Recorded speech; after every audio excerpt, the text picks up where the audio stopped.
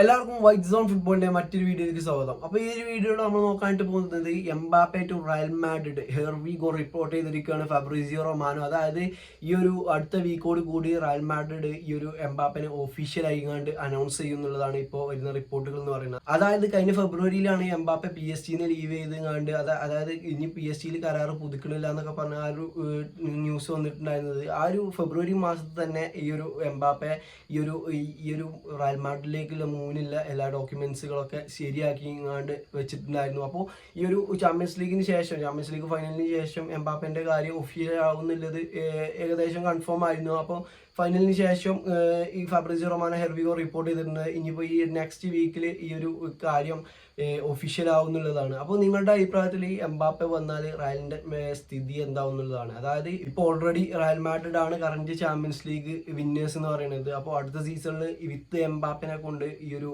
Champions league കിരീടം റയലിനെ കൊണ്ട് നിലനിർത്താൻ കഴിയുമോ? അതായത് അല്ലാന്നുണ്ടെങ്കിൽ റയൽ മാഡ്രിഡിന് ഇതുവരെയായിട്ട് എത്തിപ്പിടിക്കാൻ പറ്റാത്ത ആ ഒരു ട്രബിൾസ് എന്ന് പറയുന്ന ആ ഒരു വലിയ കാര്യം ഇപ്രാവശ്യം റയലിനെ കൊണ്ട് നേടാൻ കഴിയുമോ? അപ്പോൾ എംബാപ്പനെ സംബന്ധിച്ചിടത്തോളം ഇപ്പോൾ PSG കിട്ടിക്കൊണ്ടിരിക്കുന്ന സാലറിന്റെ നേർപകുതിയിലും കമ്മിയായിരിക്കും ഈ റയൽ മാഡ്രിഡിൽ വന്നാൽ താഴത്തിന് കിട്ടാൻ പോണ വേജ് എന്ന് പറയുന്നത്. അത്രത്തോളം സാലറി കട്ടൊക്കെ എടുത്തുകൊണ്ടാണ് റയൽ മാഡ്രിഡിലേക്ക് ഈ ഒരു എംബാപ്പെ വരുന്നത്. ഇനിയിപ്പോൾ എംബാപ്പന്റെ പൊസിഷൻ നമ്മൾ നോക്കുകയാണെന്നുണ്ടെങ്കിൽ ഈ ഒരു റയൽ മാഡ്രിഡ് എംബാപ്പനെ കാണുന്നത് ഒരു CF ആയിങ്ങാണ്ടാവും. ചിലപ്പോൾ എനിക്ക് തോന്നുന്നു എംബാപ്പയ്ക്ക് കളിക്കാൻ ലെഫ്റ്റ് വിങ്ങിലാവും. അതൊരു കച്ചറയാകാൻ ചാൻസ് ഉള്ളൊരു സംഭവമാണ്. അപ്പോൾ നിങ്ങളുടെ അഭിപ്രായം തീർച്ചയായിട്ടും കമന്റ് ചെയ്യുക. അപ്പോൾ ഇന്നത്തെ വീഡിയോ ഇത്രേ ഉള്ളൂ. ഈ ഒരു വീഡിയോ നിങ്ങൾക്ക് ഇഷ്ടപ്പെടുകയാണെന്നുണ്ടെങ്കിൽ തീർച്ചയായിട്ടും കൂടെ നിൽക്കുക. ഓക്കെ.